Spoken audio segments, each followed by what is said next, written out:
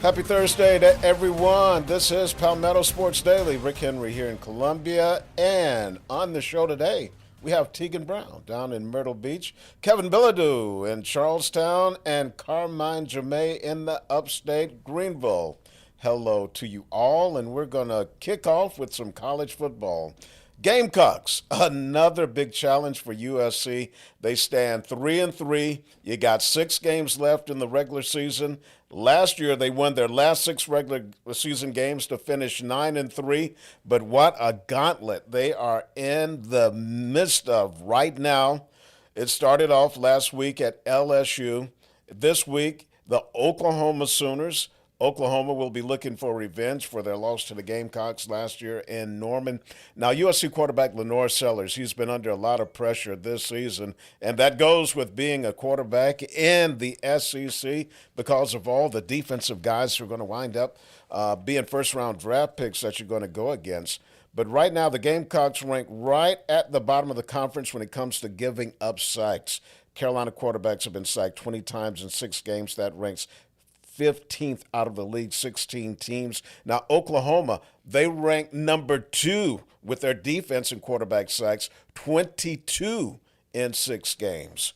And even when he's not sacked, Sellers may be forced to scramble and try to make something happen with his legs. Now, I asked Lenores if it's hard to focus on his duties if at the same time he's worried about the offensive linemen carrying out their assignments. It's just hard. Football is already hard as it is. It's just a lot because it's kind of like, or if something breaks down, it's kind of like, I'm the one with the ball, so I got to make it right. So it's kind of like, they going to make a mistake, like, we all got to, like, work together, if that makes sense. So if they make a mistake, I just can't do anything, like, put us in a worse situation, like just throw a ball up or something like that in that case scenario. But we just got to fix it and make it right. Now, Lenores was very candid right there. And if you know anything about Lenores and how he interacts with the media, he gives us short answers. Like if you can get a 10-second long bite out of him, that's doing pretty good. And on Tuesday, it was the same Lenores, kind of short. And, you know, I threw my question out there, and I was really kind of surprised. It was an eye-opener, admitting that the way the offensive line has been playing makes his job that more difficult, and it puts a little more pressure on him trying to make something happen. Kevin? Yeah, I was a little surprised to hear that. I thought we would just get the generic answer of, supporting your guys, and it's nice to hear the honesty. The thing that's been interesting about Sellers this year is it seems like at times when the offensive line has a breakdown and he's forced to rush on his own, that's when he seems like the Sellers we saw last year more. When it's a designed run, it seems like he's a little bit more tentative, like he knows there might be a problem with the offensive line. So it might just be something that he needs to get out of his own head and just not think about it and just run as best he can, like he does when the play gets broken down and he has to buy himself some time. But it's got to be hard with the offensive line struggles. And I know we've been talking about Sean Elliott this week, and hopefully he can have something to do with that and have a bit of a change and some improvement in that line going into this week. But it's going to be tough. Like you said, this is an Oklahoma team that really rushes the quarterback and puts pressure on him. So Sellers is going to be under some duress at a lot of times this weekend, Teagan. Yeah, I mean, obviously he's trying to avoid getting sacked, but his O-line, he doesn't want to be thinking about them and about what they're doing or not doing. That's just putting extra pressure on him. So, yeah, I was kind of surprised that he gave that candid answer there. But, I mean, it shouldn't be, his job to be worrying about the O-line. Shane Beamer made the decision that he did this week, to hopefully take that pressure off of him. We won't really know if it'll work until this weekend, but yeah, definitely a bit stressful for him, Carmine. Yeah, and it's also very stressful here in the upstate, guys, in Tiger Town for the other quarterback, Cade Klubnik, Clemson's third-year starting quarterback, of course, because we have the video here of Cade limping around during the Boston College game in the third quarter. Went down with an ankle injury, really took a hit that he didn't quite need to. The team was up 34-10 at the time. He was going toward the goal line. You can never question Cade's toughness, trying to get those extra yards, but he really got crunched and his ankle got sprained in the process. Thank goodness we haven't heard any reports of a head injury. All we've heard is an ankle injury. And if he can't go, we were looking up the stats, and Clemson's been blessed with great health for their quarterback specifically. The last one who missed a game, a starting quarterback who missed the game because of an injury, 2014 Deshaun Watson. That was the bowl game against Oklahoma. And Cole Stout came in and led an incredible win, which we have a feature story on him coming up on Fox Carolina. So epic moment for him. He took over for Deshaun, or he took over at quarterback, then became a backup because Deshaun Watson was so amazing and had a crowning moment to end his Tigers career as a quarterback there. And then as far as missing a game in general, Trevor Lawrence missed the Notre Dame game, as Kevin and Rick pointed out very well before we started recording here, in 2020 because of COVID. So it'll be the first game that a starting quarterback has missed since 2020, and the first one missing because of injury since 2014. So how much does that speak to the injury luck that Clemson quarterbacks have had? There you see Cade looking all right after the game, but he was limping around. Here's Coach Dabo Swinney just last night with an update on his quarterback. Just, been limited. We've just been taking our time with him. And like I said yesterday, he's gone from day to day to he's hour to hour. And hopefully by tomorrow, he'll be minute to minute. And we'll put out a report tomorrow night, first one, and we'll keep going, getting better, literally getting better every hour. But we've just been smart with him, and he's been able to do what he needed to do. And what does this week look like for CV and Pierman in terms of reps, and how have you kind of managed that with Cade's status? Yeah, those guys have took a ton of work and done a great job. If Cade can't go, CV's the guy for sure, and he got to go get it done. We got confidence that he could. And unfortunately, I'd love to toss this out to the panel here, but unfortunately, guys, because of how poorly Clemson performed at the start of this season, as we've chronicled, that 1-3 start, the worst in the Dabo Swinney era, the backup quarterbacks haven't gotten the amount of reps that you would have expected or wanted them to get. The Troy game would have been a prime example of when you could put some of those backups. Christopher Vizina, who's the main backup, and Trent Pierman, who's from right here in the upstate, Daniel High School, two-time state champ and two-time Gatorade Player of the Year in the state of South Carolina. Would have loved to get him in that game.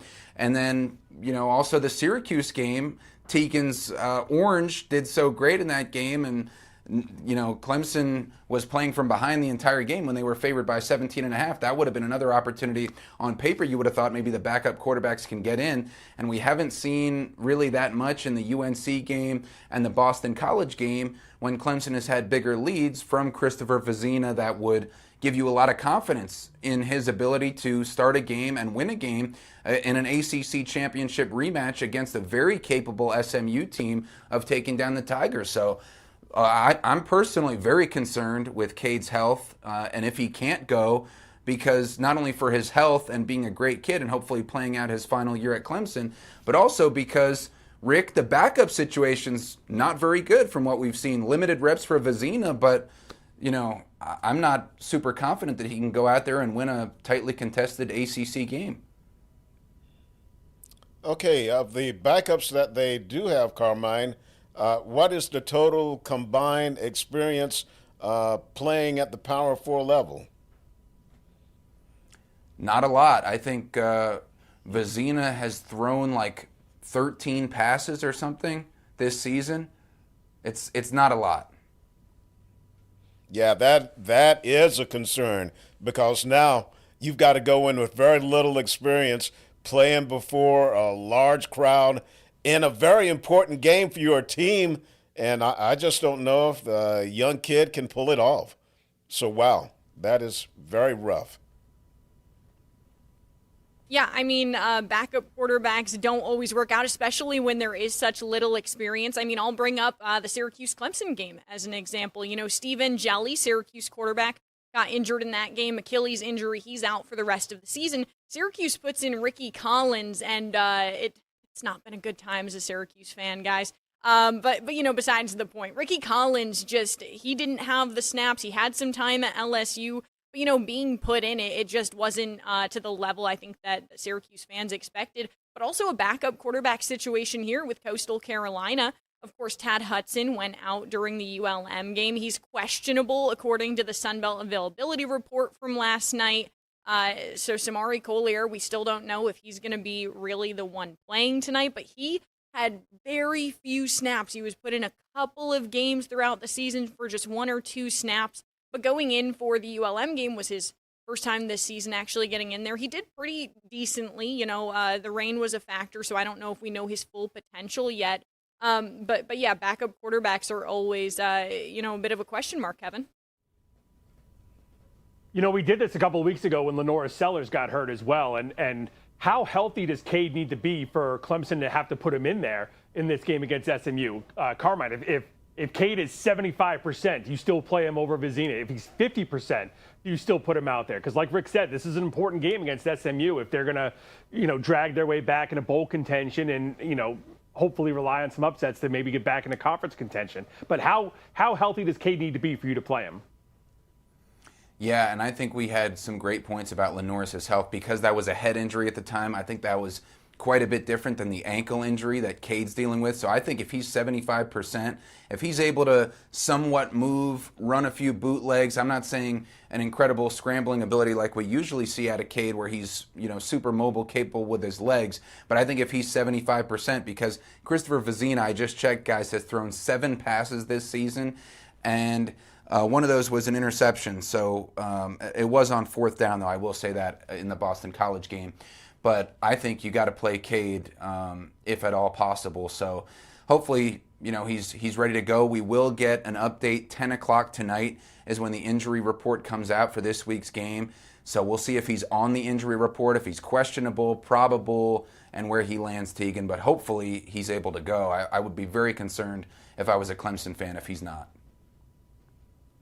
Yeah, I would too. I mean, he's their go-to guy under center, and I wish that's something Coastal had because, again, we've gone through a few quarterbacks here both this year, the previous years. Yesterday I said Tim Beck is not a serial quarterback monogamist. He'll go with multiple players, putting them out there. But Coastal Carolina getting ready to play App State. Of course, Dow Loggins, who used to be at South Carolina, spent a lot of time in the NFL. He's the head coach there at App State now. We asked Tim Beck yesterday, how much he knew about him. Tim Beck doesn't know him personally, but, he respects him a lot. And Tim Beck talked a little bit about what they're expecting to see from him and his team this weekend. They're really good up front. They're really good. They're very, they penetrate. It's a different, it might be one of the better defensive lines they've had since I've played them. They're very disruptive there, for sure. And you got to neutralize them. You got to do a good job running the football. You got to get the ball around the edges. You got to be able to throw it. You got to get them to chase. If you're on the field, if you're going 3 and out and they're always fresh, they're going to look really good. And if you can neutralize them by staying on the field, make them play more plays and wear them out a little bit, that's certainly to your advantage. I got respect for him. He does a good job. It's a different system than we've seen probably in the last couple of weeks for sure. Yeah, and Coastal's trying to get some momentum going this week. They beat ULM. They took a bad loss the week before at ODU. They have not had 2 conference wins in a row, so getting that this weekend against App State would be huge for them. We're going to take a quick break here on Palmetto Sports Daily. We'll be right back.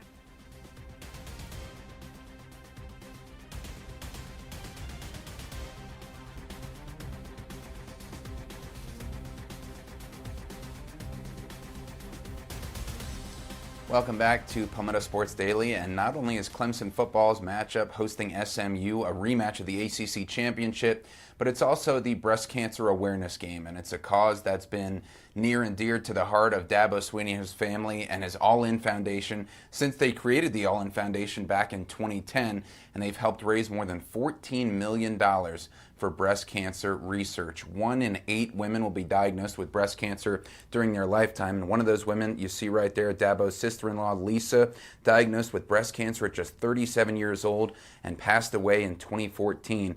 But she helped her own sister, Dabo's wife Kathleen Swinney, discover that deadly BRCA gene mutation within herself, making her more likely than not to also develop breast cancer. Kathleen then went into surgery for a double mastectomy to reduce her breast cancer risk down to just 10%. And she said because of what her sister went through, Kathleen felt even more strength to help others in their own fight against cancer. She inspires me to share the message and to let people know because, she had 2 young boys. She didn't want to leave. And I mean, it was just such a horrible time.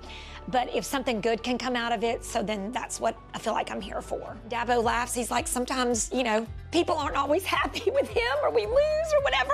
But we want to know that at least we helped people in some way, that my sister's story doesn't have to happen to somebody else.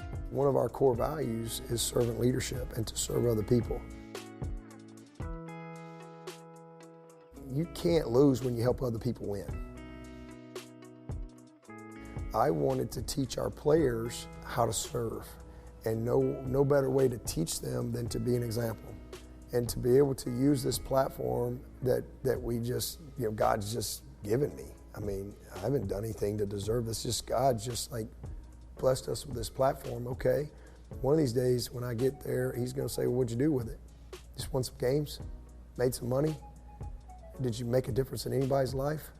Did you use those blessings? Did you use that platform to help other people? And I just think that's a huge responsibility. I'm here when you need somebody. And our players, they come to the all-in ball. They all are at the ladies' clinic. They're all a part of it. That is our culture. And it's just one of the neatest things to see these kids show up and give of their time and the joy that they get from that. Let's go! Because when you really experience impacting someone else's life in a positive way, that's true joy. And great editing there by Palmetto Sports executive producer Patrick Garcia. You can watch that full 10-minute feature right now on our website, on foxcarolina.com. Very emotional, obviously, the cause, and a great one for breast cancer awareness, Rick. And this game coming up Saturday, hosting SMU, much bigger than football. Yeah, I just want to say, Carmine, I got a chance to work with Dabo when I emceed the Coaches for Charity event. Coaches for Charity, founded by Fisher DeBerry, former Air Force Academy football coach from my home county, Chesterfield. And he brings together several of the football coaches here in the state, from Clemson, South Carolina, Wofford, South Carolina State, and they raise money for all of the coaches' favorite charities. And so to see coaches in their positions of leadership and prominence in this state coming together to be on the same team to help people out. Teagan? Yeah, I mean, I that was just so beautiful, Carmine. So shout out to our executive producer, for editing that, because it really does make you feel something. And, even if you're like me and you grew up as somebody who disliked the Clemson sports side of the school, seeing, how it's more than sports, it's getting involved in your community, it's raising awareness, it's all that. It's just so much bigger than a football game that you're sad after and you forget the score a few years later. I think, sadly, cancer touches so many people's lives and invades them and affects them. I know my father was diagnosed with testicular cancer, and he was told he was never going to be able to have kids. But there was me and my redheaded sister, so the world did something positive for him after he recovered from that. But yeah, super beautiful, Kevin.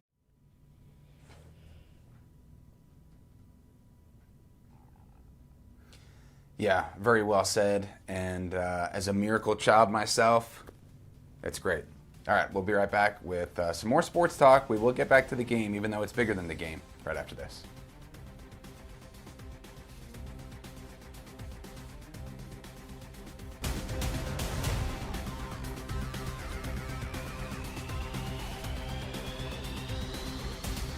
Welcome back to Palmetto Sports Daily. We move over to the NFL, where the Red Hot Panthers, coming off a dismantling of the Cowboys this past weekend with their win at home in Charlotte, they are back on the road this coming weekend when they face off against the New York Jets. And the big questions coming in at running back, where Rico Dowdle has been amazing, maybe one of the best running backs in the league over the last couple of weeks, just racking up yards and touchdowns for Carolina. But the normal starter, Chuba Hubbard, is coming back into the lineup this weekend. So, Rick, where do we see this running back one position going coming up against the Jets?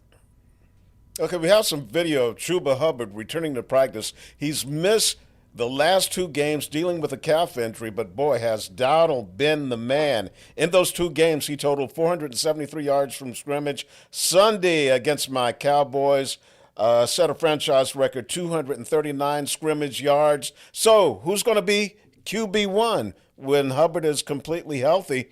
Here's Dave Canales, the head coach, and it sounds like, hey, he's really liking the thought of maybe Rico being the number one guy. I don't like to paint myself in a box to say a guy can't lose his job to injury. I think that that's a dangerous spot to put yourself in when a person shows what they can do. I think he's earned everything that he's done in the last 2 weeks. He's earned the right to help this team, and he will. And we'll find a way to do that. How we do that specifically, I don't want to really share those details of it, but I mean, certainly the world knows, the recognition he's getting, and just for all of us who've been here, right at the forefront to watch, the violence and the attitude that he's brought to the offense. And again, it's a great opportunity for us, to look at both guys and to find a way for them to help the team. All that stuff is left up to the coach, and then the only thing we can control is going out there and producing at a high level, and that's all we really can control from the running back room. We all pretty close, and there's no hard feelings either way it goes. Okay, Rico says it's left up to the coach. Hey, it's left up to the players, the way they compete in practice and then in games. And, it's not so important as who starts, but who finishes as well. Yeah, and I love what he said right there. Great non-answer. He's earned the right to help this team. Great non-answer by Dave Canales. But they're living out the Panthers' mentality and motto, keep pounding. They gave Rico 23 carries and then 30 carries. And how do you put a guy in a second position after rushing for 200 yards in back-to-back games, basically, Teagan? I think this is Kevin, I think this is an easy decision. Rico 1, Chuba 2. I mean, work them in both. But, hey, Kevin, in New England, they did a pretty good job replacing their quarterback as well. Yeah, the difference is this isn't quarterback. There's enough handoffs to go around for everybody. But if you stick with the hot hand, give it to Rico. Chuba's going to get in there anyway, Teagan. Totally agree. We're going to have to end the show there, but we'll be back tomorrow to talk more football. Thanks so much for joining us.